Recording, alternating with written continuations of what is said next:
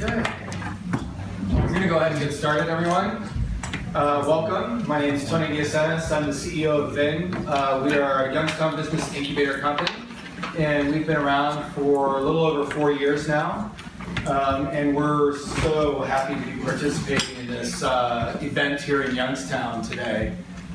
We travel the country and go to marketing events and trade shows and stuff all over the place. And never once have we been able to just stay home and drive to like 15 minutes from the office, right? Or less, actually. We could have walked. And my colleague and co-presenter here today, just stood up, in green, is Karen Gerberry. And we're going to break the presentation into 2 parts today. And I'm going to cover business drivers for why you would want to implement an automated marketing system and why we chose to implement one. We've actually implemented 2, you're going to find out. First, we implemented Act-On. We reached our limits with Act-On, and we moved over to HubSpot. So we've implemented it twice. Wonderful lessons learned, wonderful battle scars, all that good stuff. But we're up, running and live for 9 months, 8 months now? Yeah. On HubSpot, so we have a lot of good stories to tell and share with you. Feel free to ask questions.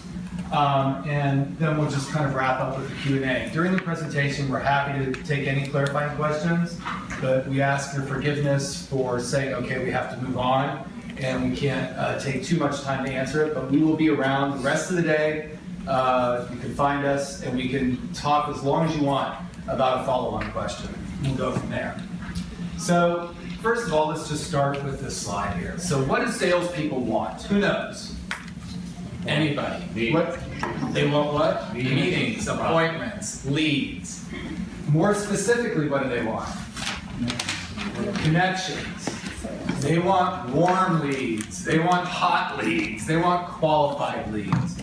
And if you listen to Joe talk this morning about content marketing strategies, that's really the philosophy you have to take. At the end of the day, at least we do, in a B2B world, we take the philosophy, if it doesn't turn into a lead or a trial account holder, then it's just a vanity number.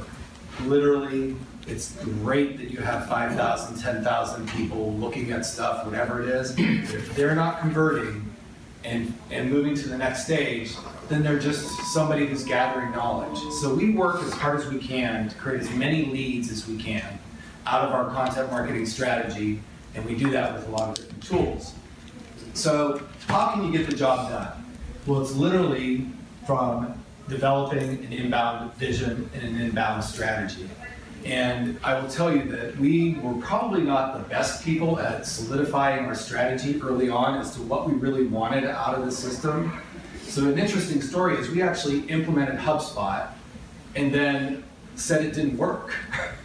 And we abandoned it and went to Act-On. And we said, oh, this works.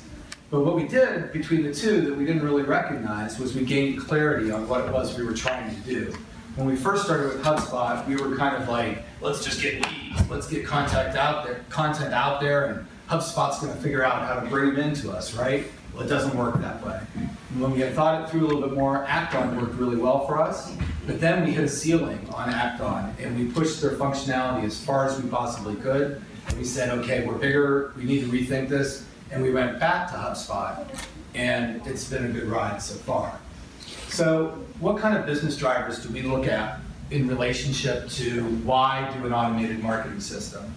And these are a lot of my opinion, but also from the hundreds and hundreds of people I've talked to. Last year I was at Inbound, which is it's an awesome conference. It's in Boston. It's put on by HubSpot. You don't have to be a customer of HubSpot's to go to it.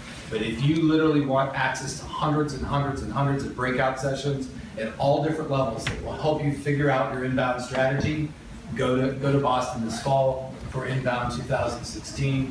And it will help you understand that if you are not part of if you're not in tune with your competitive landscape, your competitors are already ahead of you, implementing inbound systems, automated marketing, and you are either falling way behind or you're going to have to play massive catch up because it's a tidal wave of an approach of generating leads that's not going away. Last year there was upwards of 18,000 people at Inbound, and 18,000 of these people were solely focused on perfecting their strategy to get people to find them and lead them through their sales funnel to a close. The second thing here that I found in talking to salespeople from all over the country in all the different conferences is they ask. The top performers want to know. So what automated marketing system do you use? And if you don't have one, I don't think they're going to come to work for you. And this is just becoming a tool in their kit to close deals and advance them. And if you're not savvy enough to have this implemented into your company, they know they're not going to have the opportunity to make as much money as they would like to make. And that's what drives a salesperson. So finding them, keeping them. Everything's happening at the speed of light. Literally, people are launching new technologies, new products, new industries are popping up all over the place. And in order for us to compete as business owners or marketers, you really have to understand where every dollar you're spending goes and what you get from it. So are you spending wisely or are you just burning cash? And what we found from an automated marketing system is that we can spend wisely because literally the data, and Karen's going to show you what some of the data looks like that we get, we can make minute-to-minute decisions on how long a Twitter ad runs.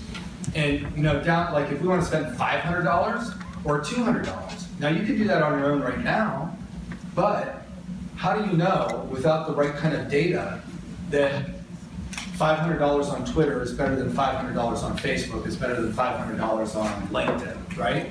Well, automated marketing tells you that, and you can stop burning cash and start spending it in the right place, because it tells you who you're connected with and what the payoff is for it. Did I go too far? Oh, there we go. So the other thing to take note of that we've clearly discovered is there's no silver bullet. So there's not going to be just one thing that you can do. And we're guilty of this. I think we've learned a lot of lessons around, we'll just make sure the right forms or the right call to actions are in the right place. Well, real quickly you find out if you're not writing about that, as Joe was talking about, that sweet spot, nobody's filling that form out to get what you have posted to your site. And they're probably not coming back, because the last time they were there, they realized that you didn't have anything special, right? And the placement of these forms and the placement of the call to actions and the way you lead people to call to actions are so critically important. So what we do is we kind of look at 6 different key areas. Blogging, social media, SEO, conversion paths, transactional emails, and the marketing automation system. So what we try to do is take a look at each one of those pieces and how they affect the movement of someone through the sales funnel to a closed deal. And it is a challenge to think about that. You do need some people to help you think it through, because I don't know about you guys and your teams, but we're not experts in any one of these, but we're close to being really, really good in 1 or 2 of them, right?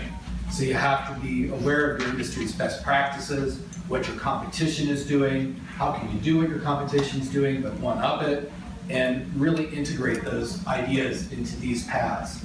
So why are each of these important? How are we doing on time? Here's some quick factoids for you. So let's look at blogging, and you guys can read those. And all of these are getting posted, by the way, to the Duo Drive or whatever it is, and you're going to have access to them, and we can go from there. But look at some of these stats around blogging, social media, and SEO. And it's really amazing to see where this information has come from. And it's available by industry too. If you dig, it's almost, in some cases, it's just free and out there. This link, when you go get our presentation, you'll find that it's going to lead you to a slide set that has just reams of factoids in it. So you can use it to create your own business case to present to your boss as to why you need to go further with this kind of stuff and to validate that you're going the right direction. If I think about any one of these, I know Karen and her team have just worked hours and hours and hours after each one of these areas, and also these areas here, and doing A/B testing. It's absolutely critical that you have a platform like an automated marketing system, and if not, you have the best case jimmy-rigged situation where you can do A/B testing across blogging, social media, SEO, conversion paths, transactional emails, and marketing automation. This is going to become your golden ticket, because every time you change something, you're going to get a different level of response. We know that, but if we can't test it dynamically, simultaneously, side by side, at the same time, with the same demographic audience, then the variables get too muddy, and we don't have the right decision process to make, or the right data to make the best decision. So, for example, on conversion paths, our team will look at the sales funnel, and they'll say, okay, out of the 6,000 people that are coming to the blog this month, how did we get their attention? How do we nurture them to keep their attention? Now, what's the next logical thing I can do to get them to go from the top of the funnel to the middle of the funnel? And once I get them there, what's the optimal amount of time to keep them in the middle of the funnel before I ask them or get them to do something, some type of conversion, to go to the bottom of the funnel? And then, what are all the tactics that I can do in that particular area that lead them to sign up for an account and ultimately becoming a paid account? We've been studying that now for, well, probably 6 months at least, since we had the infrastructure going up and everything. And I will tell you, when Joe says downstairs it's a 12-month process, don't convince yourself that you're any different. It literally is a 12. You might see some nice little results and things happening along the way, but it literally is, we're just now getting into our power swing where we can say, oh, if we do this retargeting ad, have them land on this page with this content, this call to action, we can move them right through to sign up for a trial account. Now, how do we do more of that in the right way is the question. We're just now getting ready to implement, I call it transactional emails. If you're not familiar with this is you getting an email based upon what you've done or you've not done when visiting my site or using my technology. So let's say you come to our site, you fill out a form, and you download an ebook. I now have your email address. What you've not done maybe is not come back to my site for 48 hours. So my system knows to send you an email. Hey, we have a new ebook, whatever it is. And it just does it automatically. Nobody has to hit a button after you set up the logic, right? Then you come back and you get another one. Now my system knows you got two ebooks, right? So now the next email that I send you isn't going to be about getting another ebook. It's going to be one specifically constructed to be relevant to the content that you downloaded the ebook on, and it's going to point you to our value proposition of what Ving does. And it's going to lead you, because we knew what ebooks you got, we sent you the right email, and we're going to lead you to the right page to get you to think more about how our technology can solve that problem. And these become a very, very important part of the strategy of getting somebody to move through the funnel. I don't know how we could possibly do this without an automated marketing system. There's just no way that you could do it with the volume that's coming in the door. Even if you didn't have that much volume, I don't know how you would tee up the right emails. Actually, I can tell you how we used to do it with Excel spreadsheets, and it was a nightmare. I mean, literally a nightmare for somebody to figure out. So when you look at some of these stats, you think, how can I be in that group? How can I generate more leads for my sales team, convert them into sales, and help grow revenues? For each one of these stats, you can find all kinds of best practices out there. And that's what I'd highly recommend, is we go out, we realize that we might think we're really smart, but there's somebody way smarter than us out there, and they've already published their case study. You can find a case study on any one of these particular items, and most likely, if you do a little bit more digging, you can absolutely find a white paper in your particular industry. As a side note, while your marketing team is really busy doing the stuff that's going to take a while, I'll give a shout out to our YSU interns. We have YSU interns every semester we can possibly get them. And they come in and do market research for us. And there's two of them here today. And they're assigned to go dig and find this stuff. And nothing better than a senior level person who understands how to dig and find good information for you to use. And then you just give it to one of the people that's responsible for implementing it. They take those benchmarks and go forward. This is the cautionary hand. This is a lot of hard work. Again, back to that 12-month cycle. During that process, it's a lot of cycles of trying to figure out what to plug into your system and then keep up with it. So we decided, as I mentioned, to take the HubSpot plunge. And here's what we didn't know. What we didn't know was how long it was going to take just to get it to set up, right? It's not like, I don't know, show of hands, how many people have implemented HubSpot or any other automated marketing system? Okay, so a handful of people. Here's the thing, you want to go into this. Manage expectations of your advisors or your boss or whoever it is. Don't let anybody think that this thing is set up in 30 days. It might technically kind of be set up in 30 days, but it's not doing anything for you. And they've already paid for the first month, right? And then they've already paid for the second month, and they're still not seeing anything. So you get a little anxious. When are we going to start developing this thing? When are the leads going to come out? Well, just turning the switch of the HubSpot on is like a fraction of the workload. The workload really comes in when you have to start feeding the system. So you have to write content, you have to find content, you have to set up workflows, and then you have to monitor them and update them, and you always have to keep having new stuff in there. We just finished a 9-month engagement with an agency out of Silicon Valley. So we're based in Youngstown. I spent 1 week a month in Silicon Valley with Google and our agency and University of Berkeley. And if you want to see competitive environment, go out west. You can't believe how light years ahead of what we're doing. I mean, tech startups with full-blown HubSpot systems already, and because they're highly funded and all this stuff. But that's what they're doing. And teams of people feeding their systems. And so I went out and I got introduced to an agency out there, and we hired them, and it was 5 senior level people writing content for us, almost full time.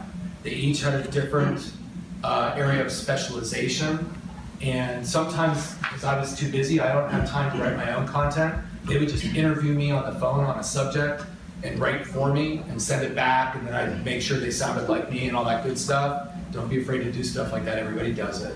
And then you post it up there, your points of view, your thought leadership stuff, all of that stuff. If you need help, find it. And if you can afford it, that's even better, right? What type of people would do that? How would you get a hold of somebody to Yeah. content? Yeah, so Your industry or sure. So we basically went out and we identified 6 partners through just searching the internet that specialized in content marketing, building a brand, and helping you to generate a presence on the web that would earn the trust of an audience to become our future lead structure. And we narrowed it down to 3 companies, and we did, my partner Stephanie Hunter did a lot of different interviews to see which one was right for us, because they're all different. Some specialize in tech startups, some specialize in big companies. You gotta find the one you fit in, and then the people you feel really comfortable with. And then we narrowed it down to 3. I wish we would have picked one closer, but we didn't, but in hindsight, I'm glad we picked one out there, because now we're in a whole different network of customers and investors for us, so that's awesome. But the people that we narrowed it down to was, I had to be able to meet the 5 people that were going to be working for us and understand that they really, truly understood what they were going to be writing about, and that they had the skills to do it, and that's the way we tested them. We hired them for 30 days, and then we like you, they like us. Did you see everything before your customer sees it? Is that kind of? Oh yeah, right. Yeah, Karen's the gatekeeper on everything, and if they were writing on my behalf or somebody else's behalf, you absolutely saw it before we were out the door. Yeah, press releases, everything, right? So now our team is up to speed, and we're able to run forward on our own for a while. We're taking a little bit of a break. We're trying to figure out exactly where we need to go I from think here. there's just a lot of time just writing content down. Writing content is a full-time job. I mean, it really is. And without our team, I don't know how we would ever be able to keep up with feeding the system. The last thing was that we didn't know was how worth it would be. Worth it would be. I will tell you that there were times throughout the implementation cycle where myself, my investors, my teammate, my partners, we were all like going, really? When are we going to get there? When are we going to see something out of this? And then all of a sudden, the momentum started, and when Karen started doing her monthly updates, and we were first of all, we look at data all the time, every day of the week. But once a month, we take a snapshot, and we make decisions as to how to pivot from there. And the precise decision that we're able to make is just so comforting and validating that you can say, I know why we're gonna do this. Because if we do this, it's gonna get us more leads. So now over to Karen, she's gonna talk a little bit about her life before HubSpot.